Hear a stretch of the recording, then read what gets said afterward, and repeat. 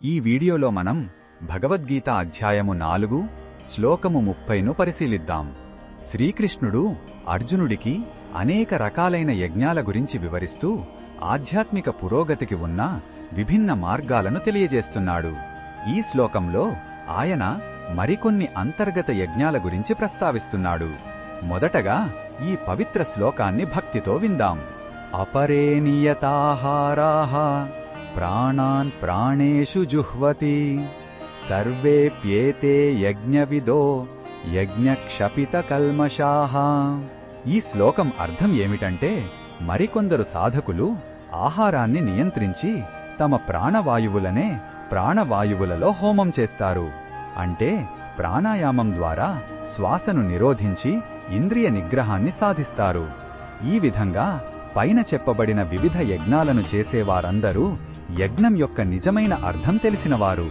వారు ఆ యజ్ఞాల ద్వారా తమ పాప ఫలాలను పూర్తిగా నశింపజేసుకుంటారు. ఈ శ్లోకంలో ఉన్న భావం మనకు ఏమి చెప్తుందంటే, నిజమైన యజ్ఞం అనేది కేవలం బయటి అగ్నిలో చేసేది మాత్రమే కాదు. మన శరీరాన్ని, మనసును, ఇంద్రియాలను, చివరకు మన శ్వాసను కూడా భగవంతునికి అర్పించడమే అసలైన యజ్ఞం. మన ఉనికిలోని ప్రతి అంశాన్ని ఒక పవిత్రమైన సమర్పణగా మార్చుకోవడంలోని లోతైన ఆధ్యాత్మిక క్రమశిక్షణను ఇది తెలియజేస్తుంది.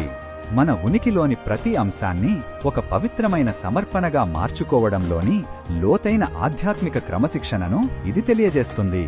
ఈ బోధనను మన దైనందిన జీవితంలో ఎలా ఉపయోగించుకోవచ్చంటే, మనం తీవ్రమైన ప్రాణాయామం చెయ్యకపోయినా మితాహారాన్ని పాటించవచ్చు.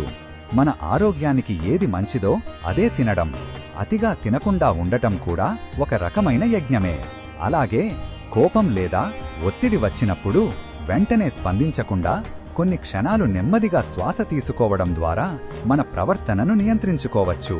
మన మాటలను, చేతలను ఒక త్యాగభావంతో చేయడం ద్వారా మన కర్మల ప్రభావం నుండి బయటపడవచ్చు.